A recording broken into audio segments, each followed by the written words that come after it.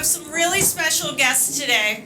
3 years ago, I was right after the earthquake in Haiti. I was watching Fox 25 News, and I saw a story, a devastating story. It makes my eyes water just talking about it, but a devastating story about a 19-year-old girl that was in Haiti doing relief work, helping people. I mean, how many 19-year-olds even, instead of going on spring break or over in other countries, helping people?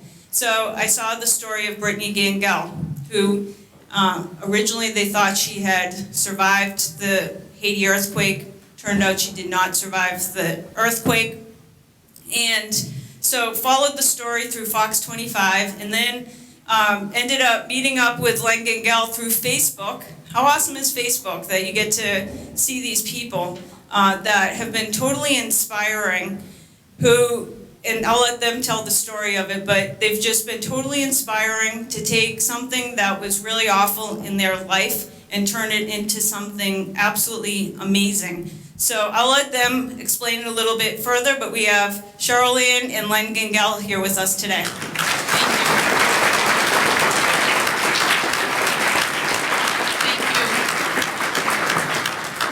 Thank you very much. As you said, my name is Charlene Gangel, and I'm with the Be Like Brit Foundation. In a few minutes, we're just going to play a video of what Be Like Brit is really all about. But I just want to tell you a little bit about my daughter, Brittany. Brittany was a strong, independent young lady with a fun-loving spirit, sometimes a little bit too much fun-loving, if you know what I mean. She loved her family, she loved her friends, and she had a very strong faith. Brittany believed in the best in people and always advocated for the underdog. She went to high school here at Wachusett High School, which is about 15-20 minutes north of here. And when it was time to think of college, Brit knew she wanted warmth and the beaches. I'd like to say academics, but that really wasn't at the top priority. So she decided on Boca Raton, Florida, which Lynn University, where she entered as a communications major. During her sophomore year, life started to change for Brit. She really wanted a little bit more and really wanted to become a social worker and help people. So she had an opportunity through Food for the Poor to go on a mission trip to Haiti, and she was excited to go. On January 11th, 2010, Brittany arrived with one of her best friends, Lindsay, and other students and faculty. And I have to tell you, she fell in love with Haiti. She loved the country, the beauty of it, but she really fell in love with the people of Haiti, and especially the children. She loved their spirit, she loved everything about them. While she was there, I spoke to her several times, and she sent me this text message. She said, "They love us so much, and everyone is so happy. They love what they have, and they work so hard to get nowhere, yet they're all so appreciative. I want to move here and start an orphanage myself." I really can't explain to you how much I miss my daughter every day, but this text is the reason that my husband and I get out of bed every day. Just 3 hours after I got this text, and only 45 minutes after I spoke with her, the earthquake happened, and Brittany and 300,000 other people were killed in that earthquake. We feel very fortunate to have this text because my husband and I and our 2 boys, amazing sons, Richie and Bernie, are making Brit's last wish come true and building the orphanage that Brittany wanted.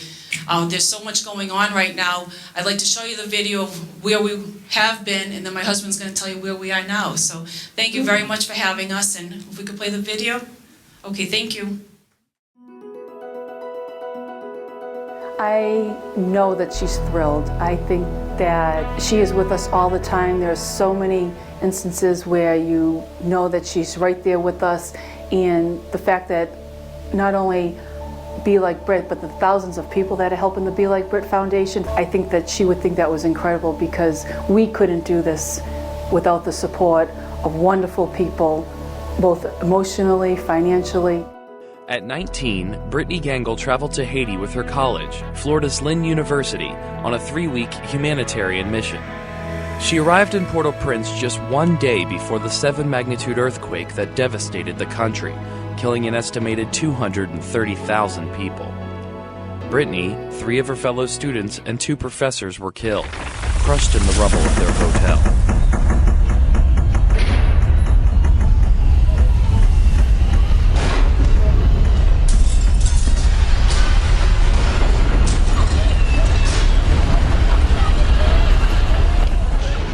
Brittany sent me this text just 3 hours before the earthquake. They love us so much and everyone is so happy. They love what they have and they work so hard to get nowhere, yet they are all so appreciative. I want to move here and start an orphanage myself. There comes a time when we hit a certain call, when the world must come together as one. There are people dying. When it's time to lend a hand to life, the greatest gift of all. We can't go on pretending day by day that someone somehow will soon make a change. We are all a part of God's great big family, and it's true, you know, love is all we need.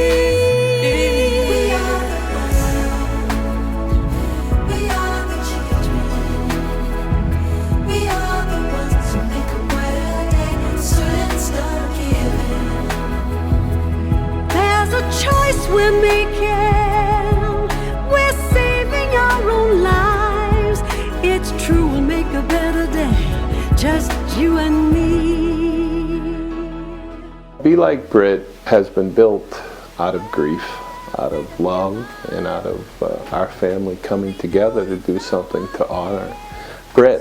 And we have purchased land in Grand Guave, Haiti, where Brit in the Journey of Hope was supposed to travel the day after the earthquake. Call it serendipitous, call it divine intervention, but it's really where we wanted to honor her last wish and build an orphanage. We have been blessed with Paul Fallon of Trojung and Brannon, who has, with his team, designed a beautiful orphanage shaped in the letter B for Brit. My wife and I really believe that it needs to be symbolic of Brit, so we've designed it for 33 boys and 33 girls, symbolic of the 33 days Brit was missing in the rubble. We want to encompass all of those that gave their lives that day in Haiti from Lynn University, and we will also honor the 8 that survived in our community room for the children.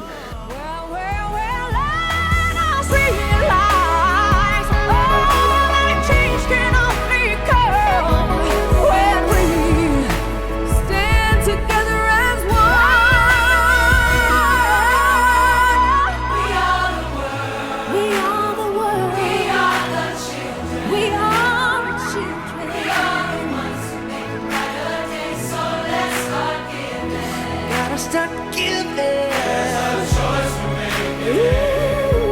We're saving our own lives.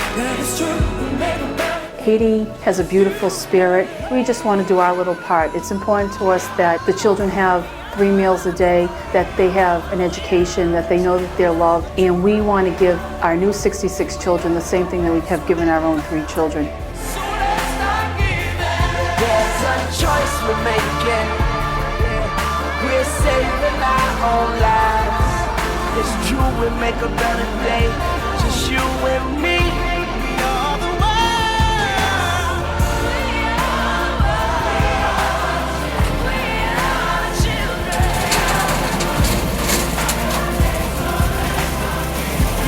are children. There's a choice we're making. We're saving our own lives. It's true, we make a better day, just you and me.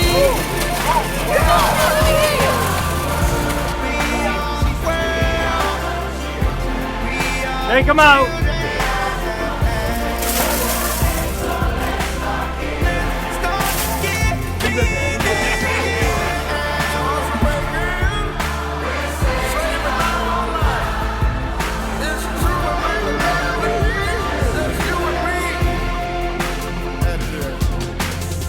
We all need somebody that we can lean on. When you wake up, look around and see that your dream's gone. When the earth quakes, we'll help you make it through the storm. When the floor breaks, a magic carpet to stand on.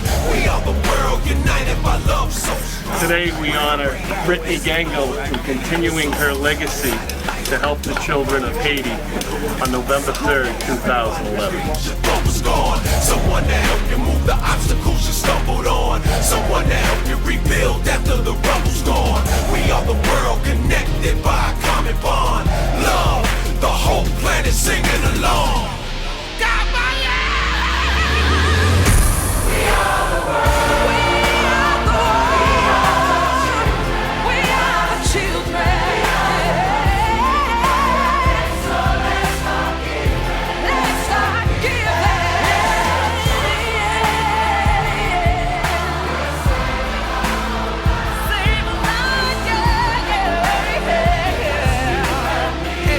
citizens, everybody pitching in.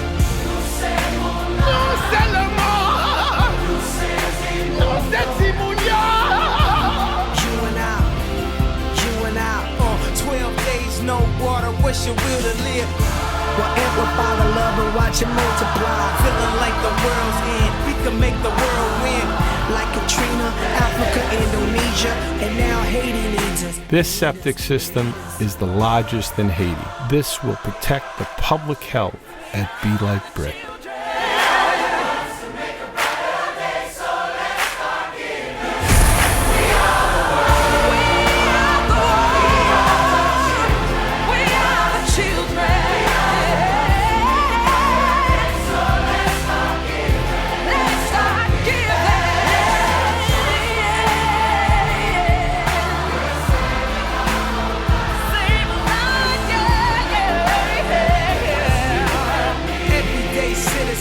Everybody pitching in.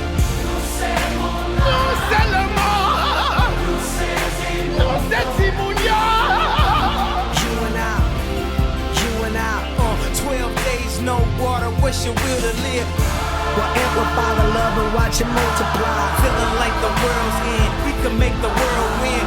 Like Katrina, Africa, Indonesia, and now Haiti needs us. They need us. They need us.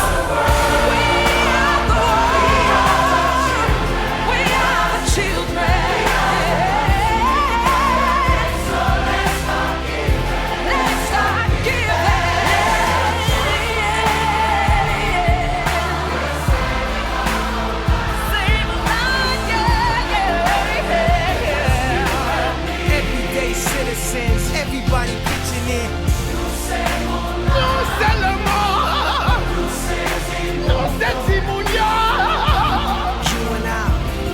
You and I, 12 days, no water, what's your will to live?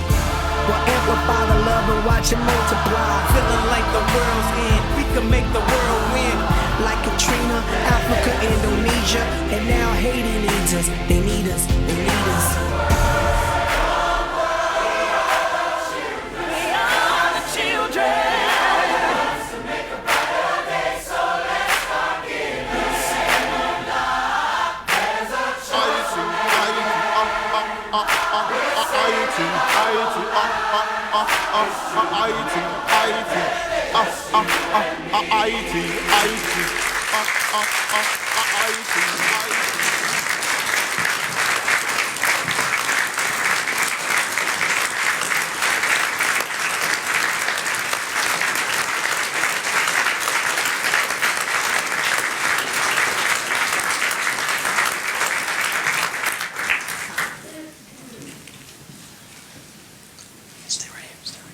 Two first here today. First time actually speaking to a large audience for Stacy. She contacted me about 6 months ago, and we've been Facebook emailing back and forth. If I could just.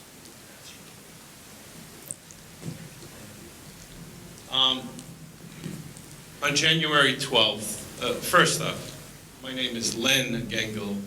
I love being called Gengel. I've been called Jengle. I've been called Glenn Lengle. You know, it doesn't matter. But on January 12th of 2010 at 4:53, my wife and I, our lives and family changed forever. And I was no different than you guys sitting in this room. I was a home builder at that time for 28 years. And had worked diligently, had tried to do things right, had tried to build not only good relationships with our customers, our realtors, and just create a whole team. I past president of the Greater Worcester Habitat for Humanity from 1995 to 97, and past president of local and state home builders up until 2001. And then as our children started to get a little older, gave all of that up to start raising the kids with Cheryl Ann, coaching and doing what parents are supposed to do. So our lives were no different than anybody else. And at 4:53, we still didn't know what was to happen. I was actually standing at a model home where we had just poured the foundation on a project where we were going to build 38 homes.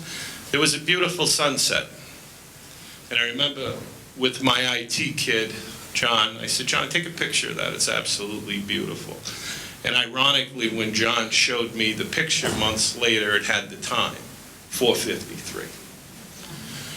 And that moment, I went back to work, to my office, and Cheryl Ann called and said, you know, there's been an earthquake in Haiti. And I said, oh, she's staying at a good hotel. She's not in Port-au-Prince. She's up on the hill. And so then as I hung up the phone and started the process, like anyone else, I went home. So Cheryl Ann and I put on the TV, and over the next 36 hours, it was chaos. There was no communication with Haiti. The entire country was shut down. There was no, cell towers were knocked over. I mean, it was every parent's worst nightmare. And then, all of a sudden, through just this miraculous phone call from Lynn University, and Phil Reardon said, Len, I want to be very clear. We've rescued Brittany with 2 other girls. They're on a helicopter, and they're on their way to Port-au-Prince Airport. Get down to Fort Lauderdale tonight, and I promise you, you will have your daughter in your arms tonight. So at that moment, we were jubilant. I fell to my knees, thank God, and just this party started. I'm the youngest of 8. I've been blessed with 6 older sisters and an older brother. And everybody, there's 32 of us in the immediate family, and just everybody came to the house. And we flew down to Florida, thinking that we were going to get our daughter. And we got to Lynn University, and I sensed an immediate change in the atmosphere. And so did Cheryl Ann. And we tried to forewarn our 2 boys who were 14 and 17. And when the president and his cabinet walked down the stairs, I could see the red in their eyes that they had all been crying. And we went into a room, and they told us they had bad intel, that they did not have our daughter, and they have no idea where she is. It's every parent's worst nightmare to lose a child. But to lose your child twice in 48 hours is just unfathomable. And so we hung on that first night. And Cheryl Ann and I prayed, hung on, clung on to each other as a couple, and really didn't sleep, but realized that next morning that we had to do something. And I loved how Stacy was saying, sometimes you got to do something crazy. And we were blessed with Susan Warnick from Channel 5. I'll give her a pitch here. Brit had shadowed her one day while she was a senior in high school. So Susan was with us to do this reunion story. It was going to be beautiful. Actually, every station from Boston was with us. And we met Susan for breakfast to talk. And I said to Susan, I have an idea. And she said, what's that? I said, and you got to think crazy, because this craziness is going on. And I said, I want to call out President Obama. As a father, He has to understand what has happened here. And so we did that. And our daughter's story went national, then international. And we spent the next 14 days on every single show that you could imagine. Because if it meant getting people to the Hotel Montana, we were committed to doing that. And on day 11, I traveled to the Montana after the earthquake with our Congressman, Jim McGovern, who I never knew, just a man that showed compassion and wanted to make this happen because of what happened on our journey. He is now one of my brothers and just a wonderful man, a brave man. And we went into the Dominican Republic and then took a bus with the 82nd Airborne on the front and back and went over to Haiti.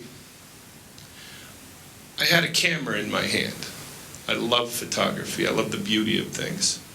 And I wanted to take some pictures. When I got into Port-au-Prince, Haiti, I will tell all of you, what I witnessed was a living hell. And I never, ever took a photo because I never wanted our family to have a record of the indignity that I saw. And so I clung on, and we clung on to this text that Brit had given us. What a sense of purpose, what a gift she gave us. Because I knew she was gone, someone in construction for 28 years at the time. When I got to the Hotel Montana, I knew. And I made a commitment.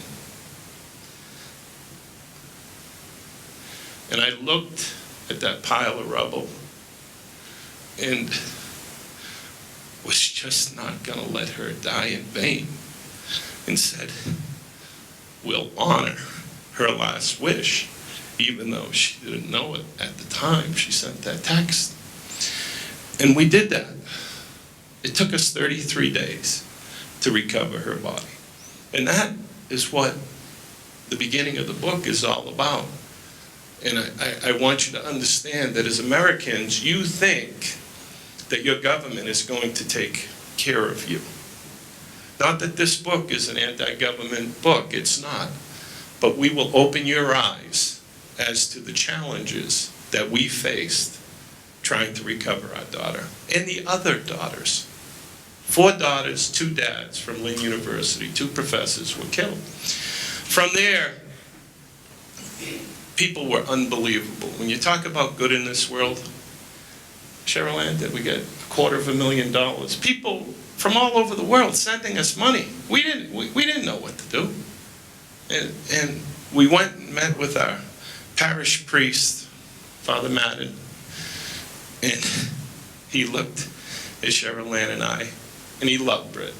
And he said, we cannot let her die in vain. We need to honor her last wish. And at that moment, Be Like Brit evolved. And we decided that we were going to build this orphanage, not knowing anything about Haiti, not knowing what was in store for us over the next 2 years. And ladies and gentlemen, let me tell you, 40 trips into Haiti, 40 trips out of Haiti over the last 2 years, building Brit's orphanage. I can tell you that there's great progress in Haiti. The billions of dollars that has been sent there. When I first went to Grand Guave on September 24th, 2010, to buy the land, there were tents in the medians of every road. Little children would walk out of the tents and get hit by cars passing by and killed. There were 2 million people living in tents. And as I made my next trip back in December, and it was a logistical nightmare, because how do you go build something when you don't have the tools in the country? How do you go to build something that's earthquake proof? Everyone talks about sustainability. In Haiti, it's not sustainability, it's survivability. The biggest holiday that they celebrate in Haiti, and I've witnessed it 3 years, is New Year's. In the first year, I couldn't believe the parties, and when I say parties, people dancing, singing. And I said to one of my Haitian friends, I said, why so much of a celebration?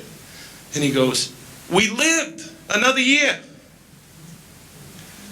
So when I went back in December with my nephew Ross, our oldest son Bernie, and Gama Perrison from Athol, Massachusetts, who was a Haitian American who committed 5 years of his life to us with his wife and son, but just he came in to start. We set up shop, and we had sent a box truck. We drove it down from Boston to Miami in November to get through the first Thanksgiving without Brit. So the 4 of us as a family, I bought one of these double cab box trucks, loaded it up with every single tool ×2 that we would need, including a generator, a Kawasaki mule to get around, had everything in it, most of it donated. And we took that truck on December 24th and set up shop.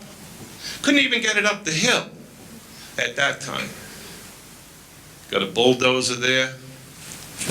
Finally, after 2 weeks of begging and fighting, and bulldozed the road so we could get up the hill.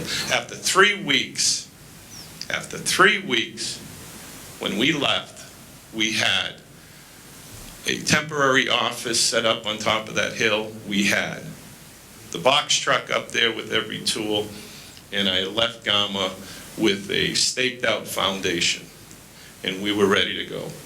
Instead of keeping the excavators and bulldozer there that we used to flatten the land, I said, okay, we're all done. And we hired 50 guys from the mountain to work from 7 a.m. to 5 p.m. Monday through Friday, and a half a day on Saturday. That's a Haitian norm. And we dug this foundation by hand. And people would say to me, Len, you're in construction. Why would you do that? And I said, we need to create jobs. It's about feeding people. For every Haitian you hire, they feed 10 families. It's the most caring, sharing country I have ever seen in my life. And so we just were about creating jobs. And that's what we did. So instead of taking 2 weeks to dig the foundation, it took us 3 months, but it didn't matter. We were honoring Brit's legacy. We were creating jobs. We were doing what we thought was the best to do. And then, as you saw in the video, May 12, 2011, we poured the first piece of concrete. Those of you that know construction, Perini Construction used to be the largest in the world. They're out of Framingham, Mass. And Bob Band's daughter, I built their house 5 years ago. Never knew it, never knew who the guy was. And all of a sudden, this 1.2 yard concrete batch plant shows up at our site and says, it's for you, use it. It was amazing that we had a company from Massachusetts setting up shop in Port-au-Prince and cared enough to give us a piece of equipment that was probably worth $50,000 to use, brand new, to use for the entire project. And so we were, and the reason why I say that is because we were able to build an earthquake-proof building. We had Paul Fallon from the Seaport District, Trojan Brannon, who volunteered his time, traveled with Cheryl Ann and I to the site, traveled this past year in 2012, made 12 trips. He'd do 2 weeks in, I'd do 2 weeks in. So Paul Fallon got the structural engineers to design the building with the same seismic standards as San Francisco. Say that fast 6 times. And so this is what was important to us, because we're in a culture that doesn't build things right. We're in a culture where you can't get a mortgage in Haiti.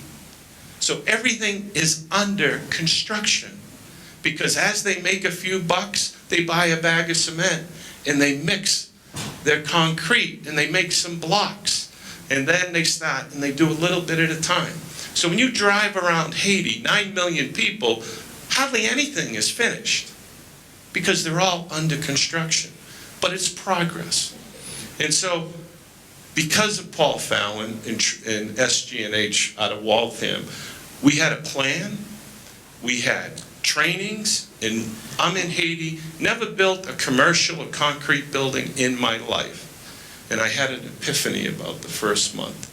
Alls it was a New England post and beam home that was made out of concrete and rebar. But let me give you a little bit about the building. It had 150,000 pounds of rebar in it. Now, you saw the driveway going up. We could not get a truck to come up that hill because the first one that did with 40,000 pounds of rebar, when it got to the top of the hill, lost its gear, went backwards and tipped over. So, do you want to figure how we got the other 110,000 pounds of rebar up the hill? 50 workers, 2 or 3 at a time, for months at a time. Cement, bags of cement. There's no big truck that's going to come and put it in a silo. Bags of cement, over 10,000 bags of cement. And we know this because we accounted for every penny. This is our daughter's orphanage, and we just felt we had an obligation to make sure that the little girl that's holding a bake sale, that her pennies matter. And so we accounted for every single penny, every single ounce of concrete, every pile of sand, every stone that we needed. So this building, when we tell you it was built out of love and commitment and dedication, for 2 years, I was in Haiti. 20 trips in 2011. 20 trips. And then this year, I did 19. So thankfully, we were able to get this building built over a 2-year period correctly. Because every time I came out of Haiti, and every time Paul Fallon came out of Haiti, what came with us was a cylinder of concrete. So we actually tested the concrete of this building back in Boston, in Waltham, at SG&H, to make sure that those seismic standards that were designed for Brit's orphanage was correct. So we faced many challenges, like how do you get the concrete out of Haiti? They think you're bringing a bomb on the plane. So, and over time, they would recognize us, and over time, it got easier. But we got it here, we got it home. So, it's very important to Cheryl Ann and I that this building stays strong. We've had many small earthquakes in Haiti in my 2 years there. A 4.0 was loud enough to roar, was loud enough to shake, and was loud enough to make you look out the window to see if a truck was there. So I can only imagine how a 7.0 feels. So our building for our daughter is done. On January 5th, actually on January 4th, 70 of us flew down from Boston, Newark, and Miami. Many of Brit's friends and roommates and childhood friends, many of our friends and family, and clergy. We are an ecumenical orphanage. So we encompass all faiths as we raised our daughter. We're Catholic by denomination, but we encompass all faiths. If someone believes in God, you're welcome into our orphanage. And if you don't, just don't tell us, and you're still welcome into the orphanage. So we had 70 of us, and I want you to think of the logistics of taking people into a country where the Friday before, they kidnapped 7 Americans at the airport. So I want you to think of the logistics of making sure that you get those 70 people from the airport under armed guard, 9 a U.S. congressman, so then we had, thankfully, some real good firepower, some AK-47s, and take them out to Grand Guave, which is about an hour-and-a-half ride to the south. And we had a beautiful, if anything could have went wrong, it didn't. We left Boston at 5:30 in the morning and arrived in Grand Guave at Brit's orphanage at 5 p.m. It was a beautiful, beautiful day. And we got everybody there. And now we're going to put 70 people up. And so it was a wonderful first night. And the next day at 11 a.m., we had a dedication ceremony. And it was probably a surreal feeling for us because we actually did it. And we were blessing this orphanage. Father Bob Lord, who married us, was my campus. We ran a Newman house on campus at Central Connecticut State University where I went to school. We became good friends. He married Cheryl Ann and I. He baptized all three of our children, gave them First Communion, and buried Brit. He gave the dedication prayer. 79 this March. Father John Madden from St. John's here in Worcester traveled with us, was our parish priest and Brit's dear friend. He, as we all held hands, said the Lord's Prayer. And then we had a Haitian pastor and a Haitian priest say those prayers in Creole, because we had about 75 of our Haitian friends there as well. And then we had Professor Deb Fontaine, who's a reverend in the United Church of Christ, give the final blessing. And we had a beautiful moment. We had a beautiful, beautiful weekend. So the next morning, we got up and we went to the Hotel Montana, where Brit perished. And we took 70 people up to the Montana so they could say a prayer where Brit took her last breath. And that was part of the journey, part of the, not closure. People will say to me, oh, you need closure. You never get closure when you lose a child. You learn to compartmentalize your pain. But we were able to, for our family and friends, to bring them to a place where we could all congregate, hold hands, and say a prayer. And it was beautiful.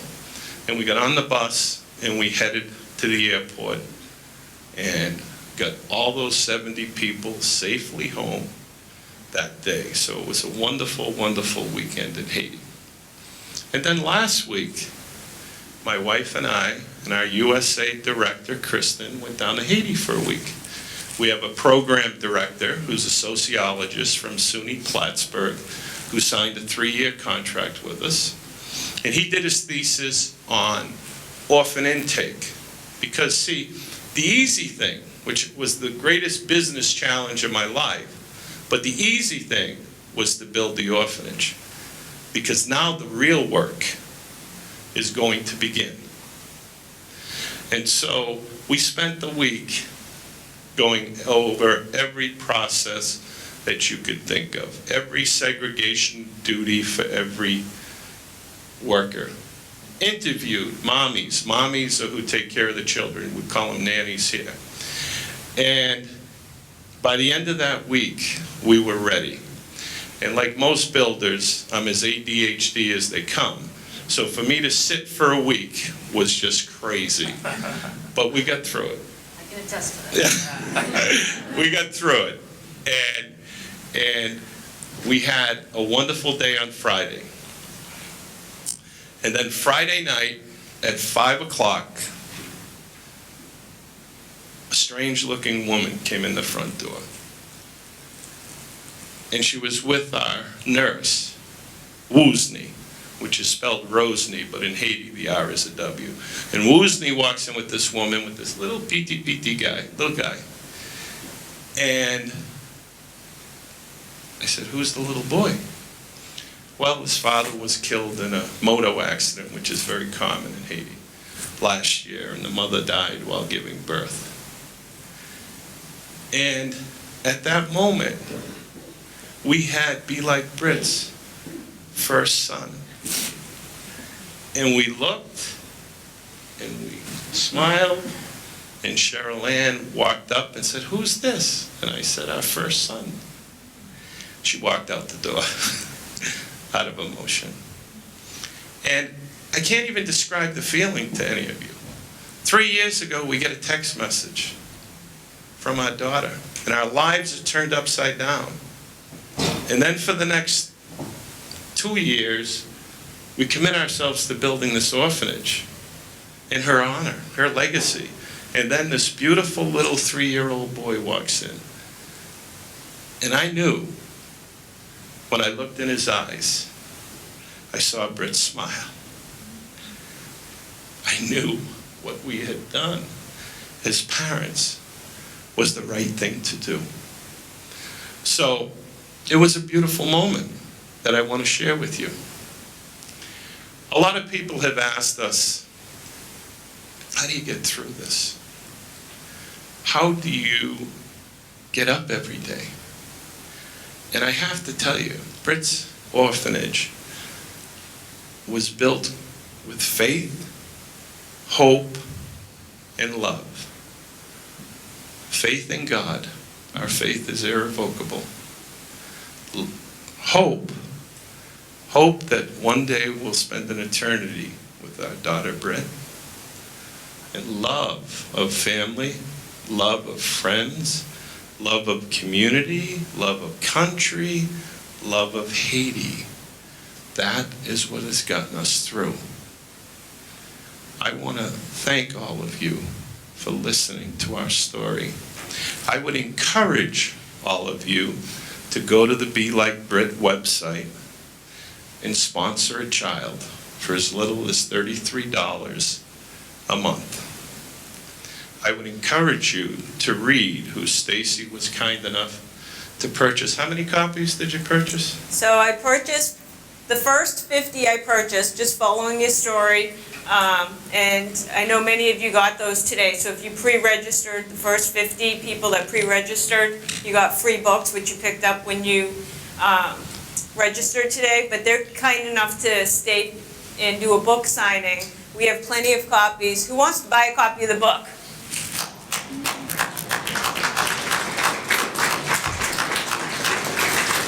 By the way, when I bought the books, because it's such a great story, and the Gengels, right?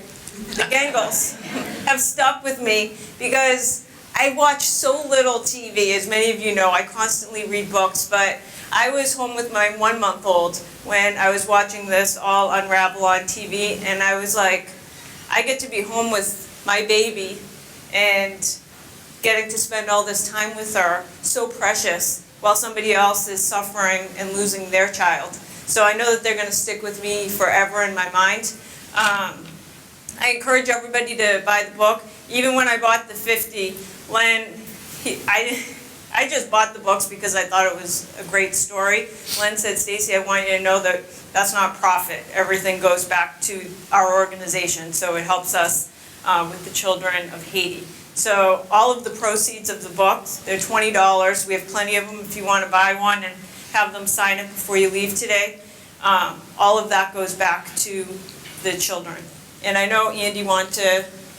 Yep, Cheryl, come over here. I can't say how unbelievably proud I am of you two. I don't know if I'm going to do a good enough job as you guys did getting through this, but a lot of us have, kids at home, and I can't imagine my life without my son Justin. What you guys have done in 3 years is truly amazing. It's an amazing, not just story, because the 3 years happened day by day. You had to get out of bed every day, and you had to do something. The trips to Haiti and all the building that you did for the school is an amazing thing. And I know you've had a lot of help along the way and a lot of people to lean on. We know that you opened last week. You have your first little son. and it's $33 a day to maintain a child within your facility. Is that correct? A month, I'm sorry, a month, $33 a day, a month. What I'd like to do, and on behalf of Stacy and myself, we'd like to give you $10,000.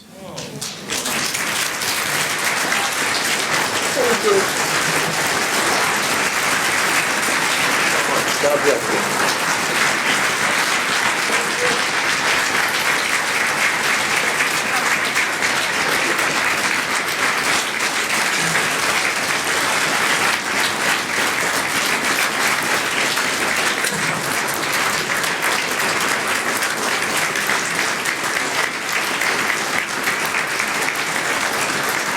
Sit down.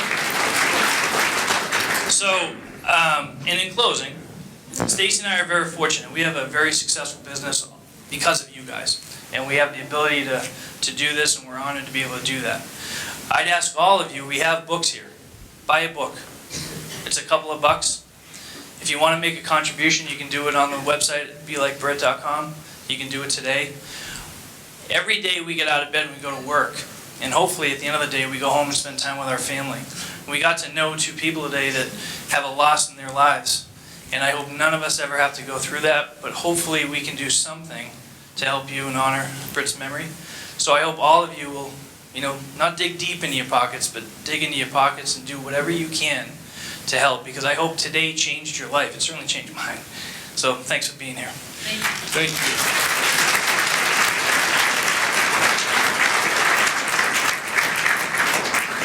Andy, thank you so much, and Stacy, we didn't expect this. I want you all to know, it costs, and this is cost, there's not a profit here. Cheryl Ann and I have never taken a penny from Be Like Brit. We've given that we've taken. But I want you to know that you've changed the lives of 2 little girls, twin girls, who are coming into the orphanage because the sponsorship is $4,800 a year for those children. So today, you've just improved the lives of 2 twin girls who are 5 years old, who are orphans, and I want you to know, thank you very much. Thank you. Thanks for being here.